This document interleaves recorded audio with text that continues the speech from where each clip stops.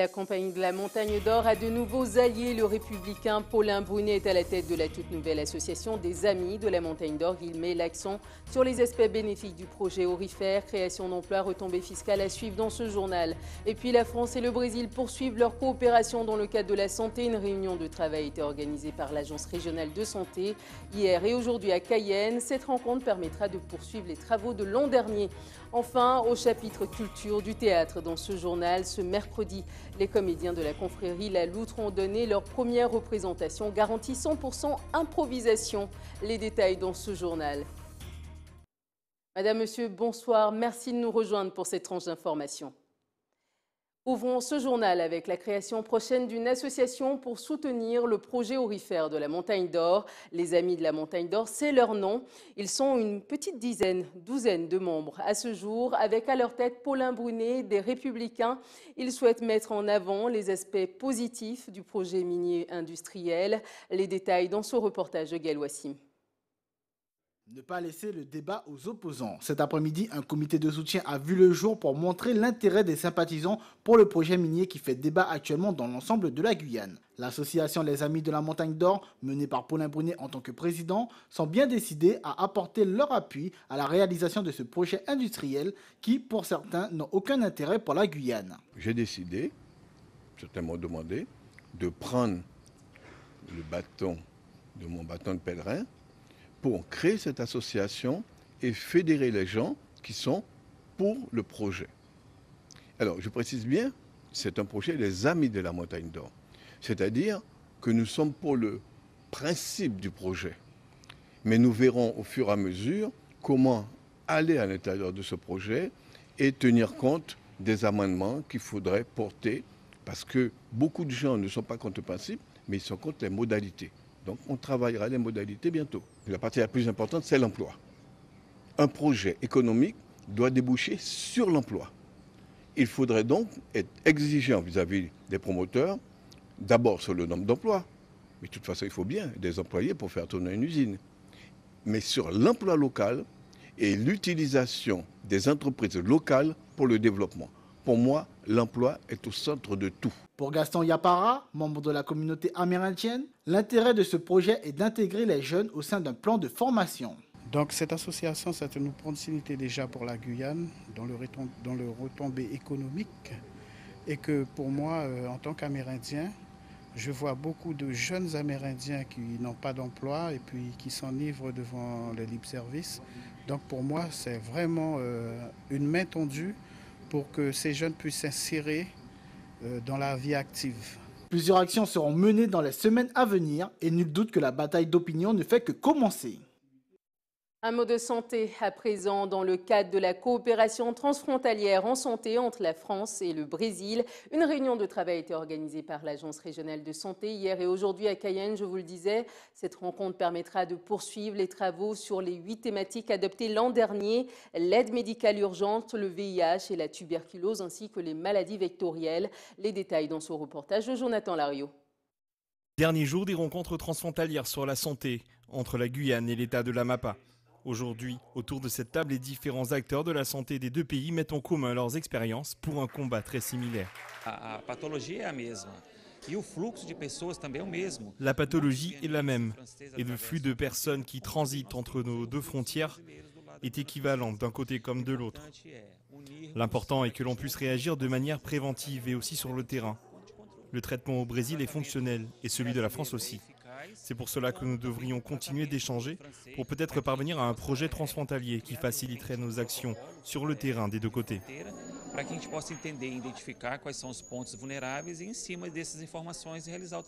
Plusieurs thématiques ont été abordées, l'aide médicale d'urgence ou encore la prévention de certaines maladies vectorielles telles que le Zika. Ça fonctionne avec parfois des difficultés, mais on arrive quand même à obtenir des résultats, comme par exemple une semaine de la santé organisée en octobre de l'année dernière, et plus des échanges au niveau médical, par exemple de garde médicale pour assurer les soins d'urgence entre l'hôpital et le centre de santé de Saint-Georges, et puis aussi des rencontres entre les professionnels de la santé.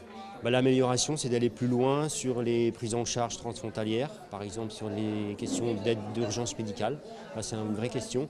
Et puis aussi, comme on l'a fait ce matin, sur le contrôle des vecteurs et le fait de lutter mieux contre les maladies vectorielles, donc dengue, chikungunya, Zika et paludisme. Mais pour cette coopération, une barrière est pourtant bien présente, celle des normes européennes qui diffèrent énormément de celles du Brésil. Un projet serait à l'étude pour faciliter ces échanges. Politique à présent, les électeurs de la seconde circonscription retournent aux urnes les 4 et 11 mars prochains. 39 400 électeurs sont attendus pour effectuer un choix parmi 8 candidats.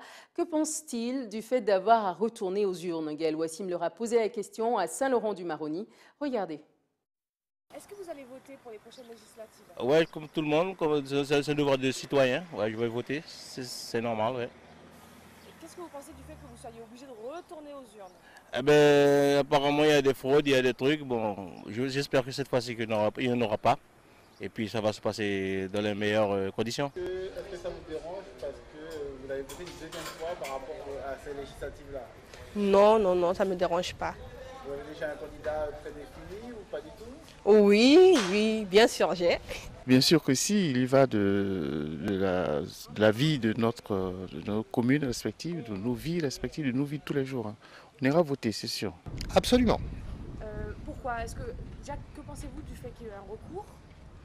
Et est-ce que ça vous dérange en fait de retourner aux urnes? Absolument pas. À partir du moment où il y a recours et qu'il est accepté, les élections sont annulées, c'est qu'il y a une raison. Donc il n'y a pas de problème, on retourne voter. Toujours concernant les législatives partielles de la seconde circonscription, les candidats avaient jusqu'à 18 h hier pour faire parvenir leur bulletin de vote et profession de foi au service de l'État. Patrick Arnaud, chef du bureau de réglementation, au micro de Pierre Tréfou. La mise sous pli, en fait, c'est mettre dans des enveloppes la profession de foi et le bulletin de vote de chacun des 8 candidats qui concourent à ces élections. La mise sous pli, elle s'exécute sous l'autorité de la commission de propagande, qui est donc présidée par un magistrat. En l'occurrence, c'est le président du tribunal de grande instance de Cayenne. Donc, au sein de cette commission siège aussi un représentant de la Poste, donc chargé d'emmener les plis chez les électeurs, et un fonctionnaire de la préfecture, représentant le préfet. C'est la commission qui le fait, mais bon, la Poste est chargée d'acheminer chez les électeurs. La mise sous pli est prévue au maximum sur 2 jours. Donc certains agents vont le faire en une journée, d'autres en 1 jour et demi, voire 2 jours. C'est un peu compliqué en Guyane parce que bon, il y a bien sûr les communes isolées qu'il faut livrer. Donc parfois on est obligé d'avoir recours à l'hélicoptère ou l'avion. Et c'est vrai qu'on ne voit pas forcément ça en métropole. Puis il y a aussi parfois des problèmes d'adressage. Pour la Poste, c'est peut-être des fois un peu compliqué de livrer tous les électeurs. Un mot de justice à présent. Michael Mancé et Bertrand Mouquin seront poursuivis pour violence en réunion sur personne dépositaire de l'autorité publique. Le commissaire Théry, les commissaires Théry et De Golmar ont déposé plainte. Des faits qui se seraient déroulés le 7 avril dernier durant la manifestation qui a dégénéré devant la préfecture. Le commissaire Théry, grièvement blessé alors, avait été hospitalisé. L'affaire a été transmise à un juge d'instruction.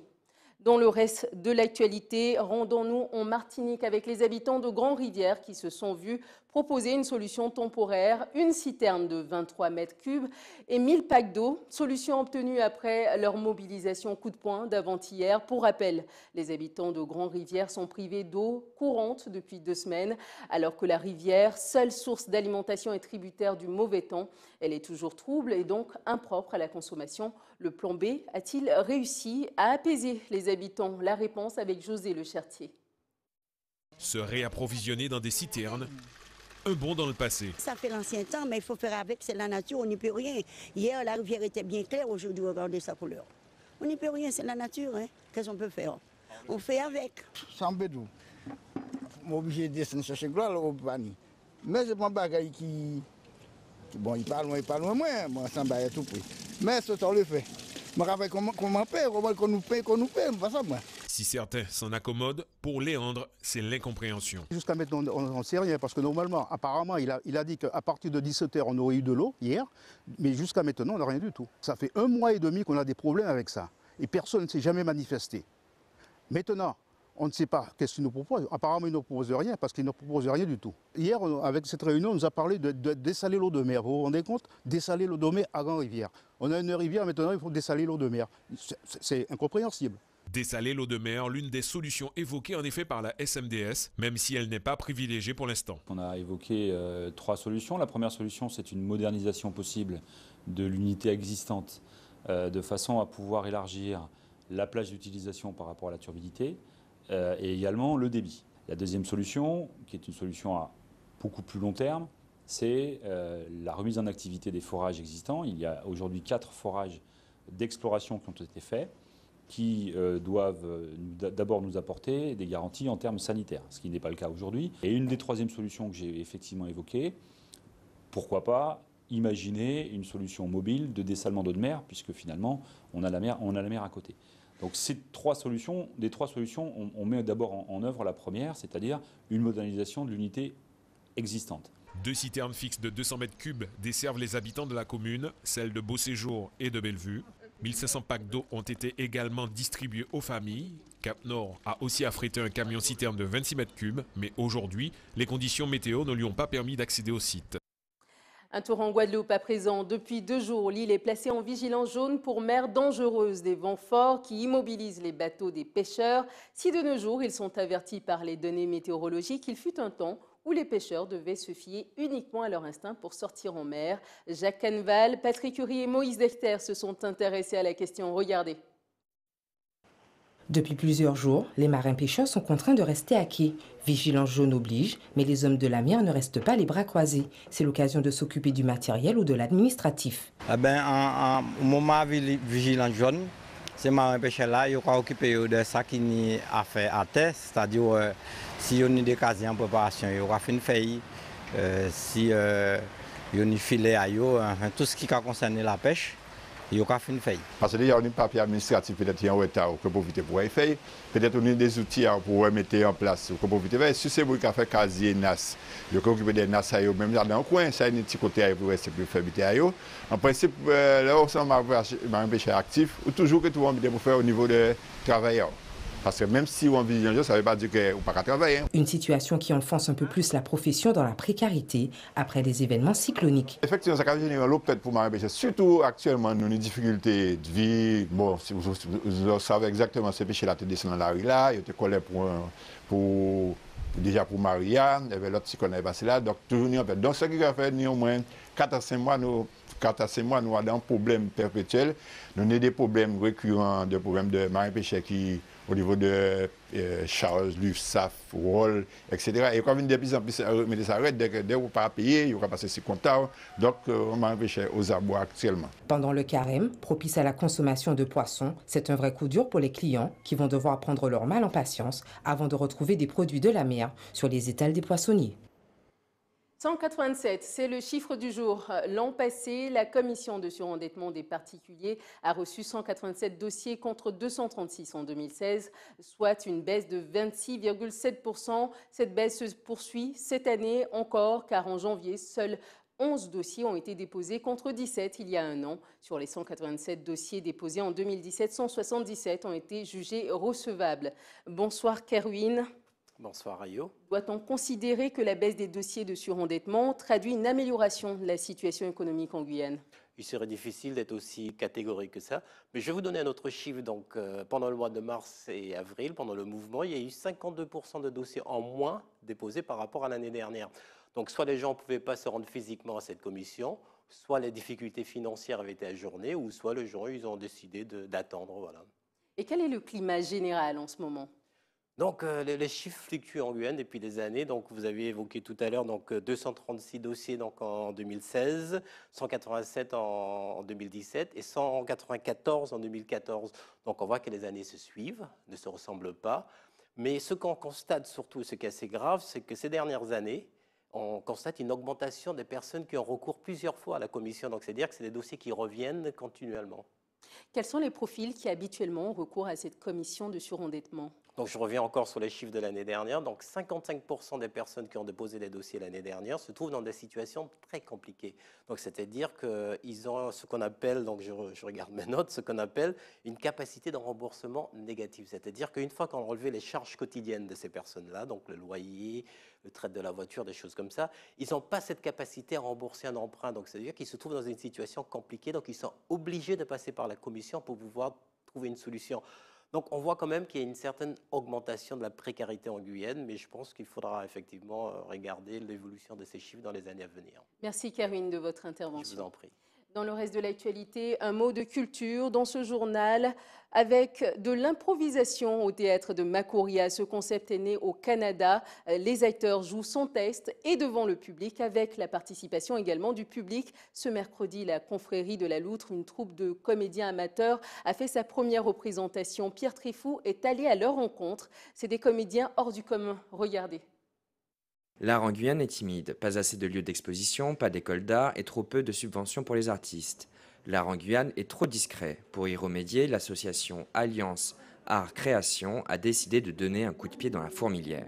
Notre souhait, en fait, c'est de partir à la conquête un petit peu de la Guyane pour aller chercher vraiment les tout petits artisans qui ne sont soutenus par personne, qui ne sont pas connus, et ce que nous appelons, nous, les pépites. Ça nous intéresserait effectivement de toucher toutes les ethnies de Guyane à condition que ce soit des gens qui créent, à partir de la tradition tant mieux, et après à partir de ça de l'innovation et de la création. Face aux revendications des artisans sur le manque de lieux d'exposition, la maire de Cayenne a annoncé la création d'une cité des arts installée sur la parcelle où le nouveau casino prendra place, ainsi que le transfert de la compétence de tourisme à la CACL. Les locaux de l'Office du tourisme de Cayenne maintenant appartiendront à l'Office intercommunal. Voilà. Donc ça veut dire qu'ils pourront encore être là présents. La salle de délibération est encore à leur disposition. Nous aménageons le front de mer, ça veut dire qu'ils peuvent aussi utiliser l'espace Busaré avec les carbets construits par les artisans. Et puis je leur expliquais que dans la cour de l'office, il y a un grand espace, il y a du foncier où on peut créer un carbet de l'exposition des artisans. Donc il y a quand même des choses, il y a des lieux où les artisans peuvent venir justement montrer leur savoir-faire. L'association Alliance Art Création réunit des artisans de différents domaines, mais qui respectent l'art du travail original, unique et recyclé. L'artisanat d'art est encore trop peu connu à l'extérieur, mais aussi à l'intérieur du territoire guyanais. Vous l'aurez compris, il s'agit d'un reportage au sujet d'une nouvelle association pour mettre en avant les métiers artisanaux en Guyane. Un reportage signé Pierre Tréfou. Je vous le disais donc tout à l'heure, un mot de culture avec l'improvisation théâtrale au théâtre de Macoria. Ce concept est né au Canada. Les acteurs jouent sans texte et avec le public. Ce mercredi, la confrérie de la Loutre, une troupe de comédiens amateurs, a fait sa première représentation. Le reportage toujours de Pierre Tréfou. Le théâtre de Macoria a accueilli la confrérie de la Loutre pour une représentation d'improvisation théâtrale. Avant de rentrer sur scène, la troupe essaie de se rassurer. C'est le synopsis de la soirée, tu vois. C'est le synopsis de la soirée, moi. Enfin, je suis directeur de production, donc. Et ce soir, c'est une première pour nous, mais on est motivés, on est à bloc. Ok ? C'est où qu'il faut regarder la caméra. Si, mais alors, ça s'est passé comment ta journée aujourd'hui? Oh bah la journée, c'était cool. Aurélien, allez go. J'ai bien bossé, c'était chouette. Allez. Non, c'était cool. Bon. Attention, ça va commencer sur la ligne de départ. Prêt, stop, partez.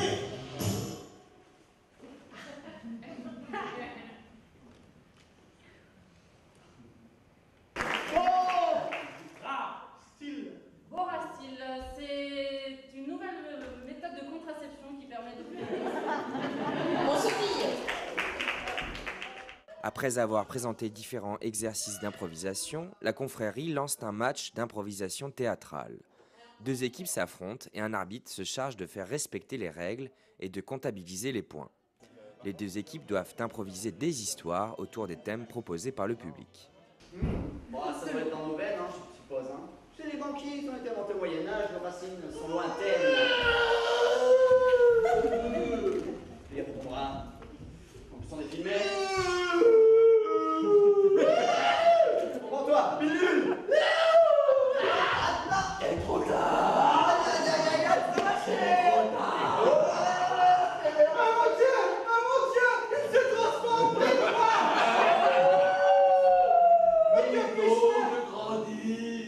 C'est aussi le public qui va désigner le vainqueur à la fin de l'affrontement et pour certains, l'expérience a suscité une vocation.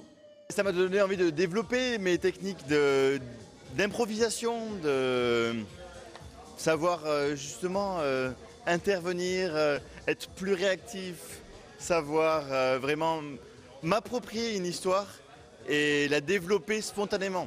C'est une troupe de théâtre vraiment intéressante, dynamique. Qui ne pourrait pas avoir envie de s'intéresser à ça, quoi? Est-ce qu'on n'a pas envie de développer ces compétences de spontanéité? Enfin, dans le quotidien, c'est toujours intéressant quand même. La première représentation de la confrérie de la Loutre a été une réussite et ils espèrent avoir attiré de nouveaux comédiens pour venir enrichir la scène d'improvisation théâtrale guyanaise. La spontanéité, c'est toujours intéressant. C'est donc la fin de ce journal. Je vous en rappelle les principaux titres. La compagnie La Montagne d'Or a du nouveau, des alliés qui les soutiennent. Le républicain Paulin Brunet est à la tête de la toute nouvelle association des Amis de la Montagne d'Or. Il met l'accent sur les aspects bénéfiques de ce projet aurifère, création d'emplois, retombées fiscales.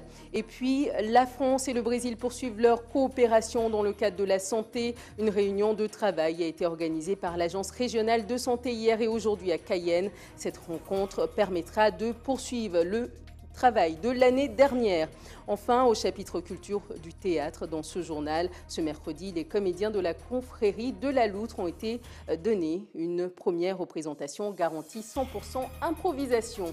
Merci de nous avoir suivis. Prochain point de l'actualité dans quelques instants avec nos confrères de BFM TV. Moi, je vous retrouve bientôt pour de nouvelles informations. Vous retrouverez lundi prochain Chrysler Phillips pour des tranches d'informations locales et régionales. Très bonne soirée, très bon week-end sur ATV Guyane.